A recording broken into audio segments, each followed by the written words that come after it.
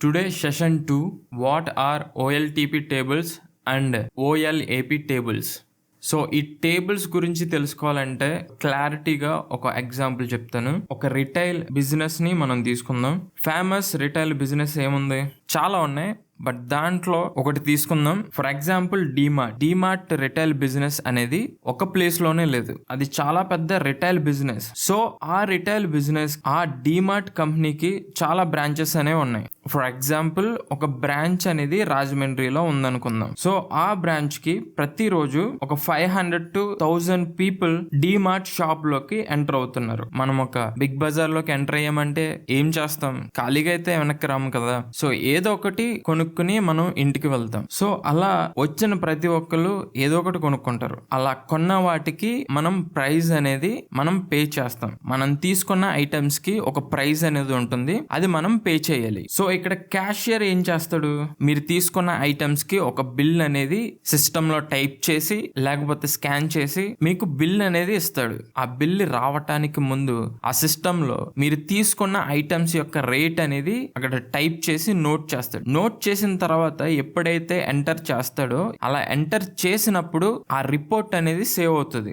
ఎప్పుడైతే అలా సేవ్ అయ్యిందో ఆ డేటా అనేది బ్యాక్ ఎండ్ లోకి వెళ్తుంది. అదేమిటి?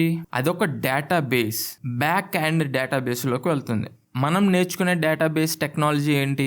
ఒరాకిల్. సో ఇప్పుడు ఒరాకిల్ అనే డేటాబేస్ లోకే ఆ రిపోర్ట్స్ అనేవి సేవ్ అయ్యాయి అని అనుకుందాం. మీరు తీసుకున్న ఐటమ్స్ క్యాషియర్ దగ్గరికి తీసుకుని వెళ్తే అతడు మీకు బిల్ వేస్తాడు. క్యాషియర్ అనేవాడు సిస్టమ్ లో మీరు ఇచ్చిన ఐటమ్స్ యొక్క బిల్ అనేది రిపోర్ట్ చేస్తాడు. ఎప్పుడైతే రిపోర్ట్ చేసి సేవ్ చేస్తాడో అప్పుడు ఆ సేవ్ అయిన రిపోర్ట్స్ అన్ని డేటాబేస్ లోకి వెళ్తాయి. ఇక్కడ వరకు మీకు అర్థమైంది కదా? ఓకే, సో అది క్యాషియర్ యొక్క జాబ్. డిమార్ట్ కంటూ ఒక CEO ఉంటారు. సో వారు ఏం చేస్తారు? ఒక డేట్ తీసుకుందాం, 12/3/2023. ఆ రోజు సేల్స్ రిపోర్ట్ అనేది 25 lakhs రూపీస్ అనేది రిపోర్ట్ అయ్యాయి, అంటే వచ్చాయి. ఇది మొత్తం ప్రాఫిట్ కాదు. ప్రాఫిట్ అంటే ఏంటి? Sales minus expenditure. So expenses ఏంటి? 12/3/2023 ఆ రోజున డిమార్ట్ కి వచ్చిన సేల్స్ రిపోర్ట్, సేల్స్ అనేవి 25 lakhs, ఎక్స్పెన్సెస్ అనేవి 10 lakhs వచ్చాయి. సో ప్రాఫిట్ అంటే ఏంటి? Sales minus expenditure. సో ఎంత సేల్, ఆ రోజు ఎంత సేల్ అయింది, ఆ సేల్ అయిన అమౌంట్ నుంచి ఎంత ఖర్చు అయ్యింది అనేది తీసేయాలి. ఎక్స్పెన్సెస్ అంటే ఏంటి? ఎక్స్పెన్సెస్ లోకి ఏమొస్తాయి? సో రెంట్ అనేది ఎక్స్పెన్సెస్ లోకి వస్తుంది, గూడ్స్, మెయింటెనెన్స్ అండ్ డిమార్ట్ లో వర్క్ చేసే వాళ్ళకి శాలరీస్. సో ఇలా చాలా ఎక్స్పెన్సెస్ ఉంటాయి. అవన్నీ 10 lakh రూపీ అనేది 12/3/2023 అనే ఒక రోజున అయింది అనుకుందాం. సో సేల్స్ అనేవి 25 lakhs అనేవి వచ్చాయి. ప్రాఫిట్ అంటే సేల్స్ మైనస్ ఎక్స్పెండిచర్స్. సో ఇప్పుడు 25 lakh నుంచి 10 lakh తీసేయండి, అప్పుడు ఎంత వస్తుంది? 15 lakh అనేది ఈ 1 day రోజున వచ్చిన ప్రాఫిట్. సో ఇది రాజమండ్రి బ్రాంచ్ అనుకుందాం. ఈ ఒక్క బ్రాంచ్ లో ఇలా వచ్చింది అని అనుకుంటే, సో వేరే బ్రాంచ్ ఉంటుంది. సో రాజమండ్రిలో ఉన్న డిమార్ట్ అనేది ఒక బ్రాంచ్ మాత్రమే. దేంట్లో? ఆంధ్రప్రదేశ్ లో రాజమండ్రిలో ఒక బ్రాంచ్ ఇది. సో అలాంటివి ఎన్ని బ్రాంచెస్ ఉంటాయి? చాలా ఉండొచ్చు ఒక్క రాజమండ్రిలో. అదే ఆంధ్రప్రదేశ్ లో కాకినాడలో కొన్ని బ్రాంచెస్ ఉంటాయి, అమలాపురంలో కొన్ని బ్రాంచెస్ ఉంటాయి, విజయవాడలో కొన్ని బ్రాంచెస్ ఉంటాయి, వైజాగ్ లో బ్రాంచెస్ ఉంటాయి. సో ఎప్పుడు ప్రాఫిట్ వస్తుందా? లేదు. సమ్ టైమ్స్ లాస్ కూడా రావచ్చు. సేల్స్ అనేవి 10 lakh రావచ్చు, ఎక్స్పెన్సెస్ అనేవి 25 lakh రావచ్చు, చెప్పలేం, రివర్స్ అవ్వచ్చు. సో అలా అయినప్పుడు ఏమవుతుంది? లాస్ వస్తుంది. So for example Vizag branch అనేది ఉంది. సో అక్కడ ఆ రోజు సేల్స్ అనేవి 15 lakhs వస్తే ఆ రోజు ఎక్స్పెన్సెస్ అనేది 30 lakh వచ్చిందంటే అది ప్రాఫిటా లాసా? అప్పుడు అది ఏమవుతుంది? ప్రాఫిట్ అవుతుందా లాస్ అవుతుందా? సో సేల్స్ కన్నా ఎక్స్పెన్సెస్ అనేవి చాలా ఎక్కువ ఉన్నాయి కాబట్టి ప్రాఫిట్ కాదు, లాస్ వస్తుంది. ఎంత లాస్ వస్తుంది? 15 lakhs అనేది లాస్ వస్తుంది. Because 30 minus 15, sales minus expenditures. So sales minus expenditures, loss అనేది 15 lakh వచ్చింది. ఎక్కడ? వైజాగ్ బ్రాంచ్ లో అనుకుందాం. సో ఇలాగా కొన్ని బ్రాంచెస్ లో లాస్ వస్తాయి, కొన్ని బ్రాంచెస్ లో ప్రాఫిట్ అనేది వస్తుంది. సో ఫర్ ఎగ్జాంపుల్ ఏపీలో ఒక 50 బ్రాంచెస్ అనేవి ఉన్నాయి అనుకుందాం, హైదరాబాద్ లో ఒక 40 ఉన్నాయి, చెన్నైలో 60 ఉన్నాయి, బెంగళూరులో 50 బ్రాంచెస్ ఉన్నాయి. ప్రతి బ్రాంచ్ దగ్గరికి వెళ్ళి అక్కడ బిజినెస్ ఎలా జరుగుతుంది, ఎంతమంది వస్తున్నారు, ఎంతమంది వెళ్తున్నారు అనేవి ఈ డీమార్ట్ యొక్క CEO లేదంటే పైన ఉన్న వాళ్ళు ఎవరు చెక్ చేయరు. ఇన్ని బ్రాంచెస్కి వెళ్ళి చేయాలంటే అది ఇంపాసిబుల్, చాలా చాలా కష్టం.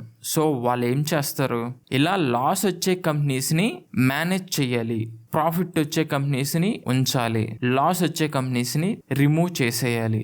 ఇలాంటి డిసిషన్స్ తీసుకోవాలంటే వారికి కావాల్సింది ఏంటి, రిపోర్ట్స్ని బట్టే అక్కడున్న బ్రాంచ్ని మెయింటైన్ చేయాలా లేదంటే క్లోజ్ చేసేయాలా అనేది మనకు తెలుస్తుంది. ఇప్పుడు మీరు కాలేజ్కి వెళ్తున్నారు, మీకు ఒక డిగ్రీ సర్టిఫికేట్ కావాలంటే మీరు ఖచ్చితంగా ఆ డిగ్రీలో ఎగ్జామ్స్ అనేది మీరు క్వాలిఫై అవ్వాలి. అలా మీరు క్వాలిఫై అయ్యారో లేదో అనేది ఎలా తెలుస్తుంది, మీ యొక్క రిజల్ట్స్ని బట్టి. సో రిజల్ట్స్లో సమ్ అమౌంట్ మార్క్స్ ఎంత వచ్చాయి, మీకు వచ్చాయా లేదా మీరు ఫెయిల్ అయ్యారా, ఆ రిజల్ట్స్ని బట్టి మీరు నెక్స్ట్ స్టడీస్కి ఎలిజిబుల్లా కాదా అనేది తెలుస్తుంది. ఎగ్జామ్స్ రిజల్ట్స్ అంటే రిపోర్ట్స్. ఇక్కడ కూడా అంతే, ఈ బ్రాంచెస్ అనేవి లాస్లో ఉన్నాయా ప్రాఫిట్లో ఉన్నాయా అనేవి రిపోర్ట్స్లోనే తెలుస్తుంది. ఆ రిపోర్ట్స్ ఎవరు చెక్ చేస్తారు, డీమార్ట్ యొక్క CEO ఆర్ ఒక సాఫ్ట్వేర్ తీసుకుంటే ఆ సాఫ్ట్వేర్ కంపెనీ యొక్క CEO. సో ఎవరైనా సరే, ఏ బిజినెస్ అయినా సరే దానికి ఒక హెడ్ ఉంటారు. ఆయన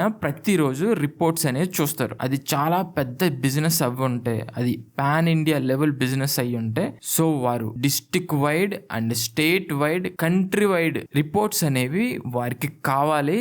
అండ్ డైలీ రిపోర్ట్స్ అనేవి వాళ్ళు చెక్ చేస్తారు, మంత్లీ రిపోర్ట్స్ అనేవి వాళ్ళు చెక్ చేస్తారు, quarterly reports and yearly reports అనేవి వాళ్ళు చెక్ చేసి బిజినెస్ డిసిషన్ అనేది వాళ్ళు తీసుకుంటారు. ప్రాఫిట్ వచ్చే కంపెనీస్ ఉంచుతారు, లాస్ వచ్చే కంపెనీస్ని మెయింటైన్ చేయాలా లేదంటే క్లోజ్ చేసేయాలా అనేది డిసిషన్ వాళ్ళు తీసుకుంటారు. సో ఇప్పుడు ఆ రిపోర్ట్స్ అనేవి ఎవరు జనరేట్ చేస్తారు, who will generate these reports? ఈ రిపోర్ట్స్ని తెలుసుకునే ముందు, సో స్టార్టింగ్లో చెప్పినట్టే, ఫర్ ఎగ్జాంపుల్ విజయ్ అనే వ్యక్తి ఉన్నాడు. అతను డీమార్ట్లోకి ఎంటర్ అవ్వి తనకు కావాల్సిన ఐటమ్స్ అనేది తీసుకుని బిల్ పే చేయాలని క్యాషియర్ దగ్గరకు వచ్చాడు. క్యాషియర్ ఏం చేశాడు, ఆ బిల్లుని టైప్ చేసి ఎప్పుడైతే ప్రింట్ చేస్తాడో అప్పుడు అది సేవ్ అవుతుంది. అది ఒక డేటా. మీలాంటి వాళ్ళు, విజయ్ లాంటి వాళ్ళు చాలా మంది వస్తారు. ఆ రోజు జరిగిన ట్రాన్సాక్షన్స్ అన్ని ఒక టేబుల్లో ఆ డేటా మొత్తం సేవ్ అవుతుంది. టేబుల్స్ అన్ని దేంట్లో స్టోర్ అవుతాయి, డేటాబేస్లో స్టోర్ అవుతాయి. మీకు ఆల్రెడీ ఫస్ట్ సెషన్లో ఎక్స్ప్లెయిన్ చేశాను టేబుల్ అంటే ఎలా ఉంటుందో, మళ్ళీ చెప్తున్నాను. సో టేబుల్ అంటే ఎలా ఉంటుంది, ఇది ఒక స్టూడెంట్స్ టేబుల్. ఇప్పుడు మీరు ఒక కాలేజ్కి వెళ్తే అక్కడ స్టూడెంట్స్ ఉంటారు కదా, ఇది ఒక స్టూడెంట్స్ టేబుల్. స్టూడెంట్ ఐడి అనేది ఏమిటి, కాలం. ఈ కాలంలో ఏమున్నాయి, స్టూడెంట్ ఐడి ఉంది 1 2 3. స్టూడెంట్ నేమ్ అనేది మరొక column. Same way student marks and student percentage, ఇవి కాలమ్స్. సో టేబుల్ అంటే ఏమిటి, ఓన్లీ కాలమ్స్ మాత్రమే కాదు, కాలమ్స్ అండ్ రోస్.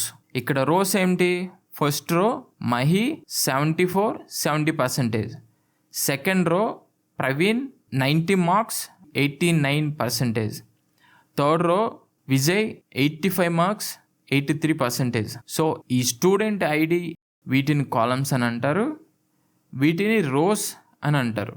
ఈ గ్రీన్ కలర్లో కనిపిస్తుంది కదా బాక్సెస్, వీటిని రోస్ అని అంటారు. ఓకే, సో ఈ టేబుల్స్ అనేవి ఎక్కడ స్టోర్ అవుతాయి, డేటాబేస్లో స్టోర్ అవుతాయి. సో అలాంటి టేబుల్స్ ఇక్కడ 2 టైప్స్ అనేవి ఉన్నాయి. దాంట్లో first one OLTP tables. OLTP అంటే ఆన్లైన్ ట్రాన్సాక్షన్ ప్రాసెసింగ్ టేబుల్స్. ఈ ఆన్లైన్ ట్రాన్సాక్షన్ ప్రాసెసింగ్ టేబుల్స్ అంటే ఫస్ట్ డేటా ఎక్కడ మొదలైందో ఆ టేబుల్స్. ఇప్పుడు డేటా అనేది ఎక్కడ స్టార్ట్ అవుతుంది, క్యాషియర్ అనేవారు ఎప్పుడైతే మీ బిల్లుని ప్రింట్ చేసి సేవ్ చేస్తాడో ఆ డేటానే ఈ ఆన్లైన్ ట్రాన్సాక్షన్ ప్రాసెసింగ్ టేబుల్స్ అని అంటారు. ఆ డేటానే OLTP అని అంటారు. సో ఆ టేబుల్స్ లో ఉన్న డేటా అనేది ఎలా ఉంటుంది, రా డేటా. ఆ డేటాని రా డేటా అని అంటారు. అంటారు. ఎందుకంటే అక్కడ ఎలాంటి మోడిఫికేషన్స్ లేవు, అది డైరెక్ట్ డేటా, అది రా డేటా. నెక్స్ట్ టేబుల్ ఏంటి? OLAP tables. OLAP అంటే ఆన్లైన్ అనలిటికల్ ప్రాసెసింగ్. సో ఈ టేబుల్స్ ఏంటి? ETL ప్రాసెస్ ద్వారా వచ్చిన టేబుల్స్. ఈ టేబుల్స్ అనేవి రెడీ ఫర్ జనరేటింగ్ రిపోర్ట్స్. ఈ రిపోర్ట్స్ ని తయారు చేయడానికి యూజ్ చేసే టేబుల్సే OLAP టేబుల్స్. మీకు అర్థమైంది కదా? క్యాషియర్ ఎంటర్ చేసే ఆ డేటా అనేది OLTP టేబుల్స్ లో స్టోర్ అవుతుంది. ETL ప్రాసెస్ అంటే మనం జనరేట్ చేసిన టేబుల్స్ నుంచి రిపోర్టింగ్ పీపుల్స్ అనేవారు రిపోర్ట్స్ అనేవి తయారు చేస్తారు. సో మనం ఎవరం? BI developers. BI అంటే business intelligent developers or ETL developers or Informatica developers. So మనం ఎవరం? BI developers or ETL developers or Informatica developers. So మనం చేసే వర్క్ ఏంటి? ఈ టేబుల్స్ ని క్రియేట్ చేయటం by using ETL tools. ETL tools అంటే ఇన్ఫర్మేటికా టూల్. సో మనం ఇన్ఫర్మేటికా డెవలపర్స్. సో ఆల్రెడీ నేను ఫస్ట్ క్లాస్లో చెప్పాను కదా, BI అంటే బిజినెస్ ఇంటెలిజెన్స్. ఈ బిజినెస్ ఇంటెలిజెన్స్ లో డేటా వేర్ హౌసింగ్ ఉంటుంది and data mining, data visualization. So అవి మనకు అవసరం లేదు. ఇక్కడ మనకు కావాల్సింది డేటా వేర్ హౌసింగ్. ఈ డేటా వేర్ హౌసింగ్ లో ETL టూల్స్ అనేవి ఉంటాయి, రిపోర్టింగ్ టూల్స్ అనేవి ఉంటాయి. సో ఇప్పుడు మనల్ని ఏమని పిలవచ్చు? BI developers or data warehouse developers or ETL developers. ఈ ETL ఏముంది? ఇన్ఫర్మేటికా. సో ఇన్ఫర్మేటికా డెవలపర్స్ అని కూడా మనల్ని పిలుస్తారు. సో మనం ఎవరు? Informatica developers. మీకు 2 టైప్స్ ఆఫ్ టేబుల్స్ గురించి ఎక్స్ప్లెయిన్ చేశాను, OLTP tables and OLAP tables. ఈ OLTP టేబుల్స్ ని సోర్స్ టేబుల్స్ అని పిలుస్తాం. సోర్స్ టేబుల్స్ ఎక్కడ ఉంటాయి? ఈ సోర్స్ టేబుల్స్ అనేవి డేటాబేస్ లో స్టోర్ అవుతాయి. ఇది ఒరాకిల్ డేటాబేస్. ఓకే, ఈ ఒరాకిల్ డేటాబేస్ లో సోర్స్ టేబుల్స్ అనేవి స్టోర్ చేశారు. ఎవరు? క్యాషియర్ అక్కడ సేవ్ చేయగానే అవి డైరెక్ట్ గా వచ్చి ఈ డేటాబేస్ లో స్టోర్ అవుతుంది. ఒకవేళ టేబుల్స్ లో స్టోర్ చేయకపోతే ఫైల్స్ లో ఆ డేటా అనేది స్టోర్ అవుతుంది. ఒరాకిల్ డేటాబేస్ లో స్టోర్ చేయొచ్చు, ఫైల్స్ లో స్టోర్ చేయొచ్చు, టేబుల్స్ లో స్టోర్ చేయొచ్చు, లేదంటే డిఫరెంట్ డేటాబేస్ లో వాళ్ళ డేటా అనేది స్టోర్ చేయొచ్చు. ఎలాంటి డేటాబేస్ లో అయినా సరే వాటిని మనం ETL టూల్స్ యూజ్ చేసి మనం ఆ డేటాని ఎక్స్ట్రాక్ట్ చేస్తాం. అంటే మనం డేటాని తీసుకుంటాం. ఆ డేటాని తీసుకుంటే సరిపోతుందా? లేదు. ఆ డేటాని మనం ఇక్కడే మన వర్క్ అనేది మనం చేస్తాం. ఆఫీస్కి వెళ్తే మనం చేసే వర్క్ ఏంటి? ఇదే ETL టూల్ యూజ్ చేసి మన క్లయింట్ మనకి ఏదైతే మ్యాపింగ్ లాజిక్స్ అనేవి వాళ్ళు ఇస్తారో ఆ లాజిక్స్ ని యూజ్ చేసి డేటాని మోడిఫై చేస్తాం. దేంట్లో మనం మోడిఫై చేస్తాం? మనం యూజ్ చేసే టూల్ ఏంటి? ఇన్ఫర్మేటికా. ఈ ఇన్ఫర్మేటికాలో మనం ఆ డేటాని మోడిఫై చేస్తాం. అలా మోడిఫై చేసిన ఆ డేటాని మనం లోడ్ చేస్తాం. దేంట్లోకి? టార్గెట్ టేబుల్స్ లోకి లోడ్ చేస్తాం. ఆ టార్గెట్ టేబుల్స్ అనేవి దేంట్లో స్టోర్ అవుతాయి? Data wear housing. సో ఇది కూడా ఒక డేటాబేసే. సో OLTP టేబుల్స్ అనేవి సోర్స్ టేబుల్స్. ఈ సోర్స్ టేబుల్స్ ని మనం ఇన్ఫర్మేటికాలోకి మనం ఎక్స్ట్రాక్ట్ చేస్తాం. అలా ఎక్స్ట్రాక్ట్ చేసిన దాన్ని మనం మోడిఫై చేసి ఆ డేటాని ఫైనల్ గా లోడ్ చేస్తాం. టార్గెట్ టేబుల్స్ లోకి లోడ్ చేస్తాం. ఆ టార్గెట్ టేబుల్ లోకి లోడ్ చేసిన ఆ డేటా అనేది డేటాబేస్ లో స్టోర్ అవుతుంది. ఆ డేటాబేస్ నే మనం డేటా వేర్ హౌసింగ్ అని పిలుస్తాం. బాగా గుర్తుపెట్టుకోండి, source data or source tables అనేవి సోర్స్ డేటాబేస్ లో ఉంటాయి. సేమ్ వే టార్గెట్ టేబుల్స్ ని కూడా స్టోర్ చేసేది డేటాబేస్ లోనే. బట్ ఇక్కడ టార్గెట్ టేబుల్స్ ని స్టోర్ చేసే డేటాబేస్ ని మనం డేటా వేర్ హౌసింగ్ అని పిలుస్తాం. ఓకేనా? ఆ డేటాబేస్ లో స్టోర్ అయిన ఆ టార్గెట్ టేబుల్స్ నే మనం OLAP tables, online analytical processing tables అని పిలుస్తాం. ఈ OLAP టేబుల్స్ ని బేస్ చేసుకుని వాటిని యూజ్ చేసి రిపోర్టింగ్ పీపుల్స్ అనేవాళ్ళు రిపోర్ట్స్ ని జనరేట్ చేస్తారు. అలా రిపోర్టింగ్ పీపుల్స్ జనరేట్ చేసిన రిపోర్ట్స్ ని ఈ బిజినెస్ సిఇఓస్, ఈ బిజినెస్ డిసిషన్ తీసుకున్న వాళ్ళు ఆ రిపోర్ట్స్ ని చెక్ చేసి ప్రాఫిట్ ఆర్ లాస్ చెక్ చేసి ఆ బిజినెస్ డిసిషన్ అనేది తీసుకుంటారు. సో ఇది ఈ ఓఎల్టీపీ అండ్ ఓఎల్ఏపీ ప్రాసెస్. ఈ టోటల్ ప్రాసెస్ ని ఈటీఎల్ ప్రాసెస్ అని అంటాం. సో మనం ఈటీఎల్ డెవలపర్స్, మనం చేసే వర్క్ ఇదే. జస్ట్ ఇన్ఫర్మేటికా యూజ్ చేసి డేటాని మోడిఫై చేసి సోర్స్ నుంచి డేటాని మనం తీసుకుని ఆ సోర్స్ యొక్క డేటాని మోడిఫై చేసి టార్గెట్ టేబుల్లోకి లోడ్ చేసే ఈ ప్రాసెస్నే ఈటీఎల్ ప్రాసెస్ మనం చేసే వర్క్. ఇంకా ఈ సెషన్లో లాస్ట్గా ఒక ప్రాజెక్ట్లో ఎంతమంది టీమ్ మెంబర్స్ అనేవాళ్ళు ఉంటారు.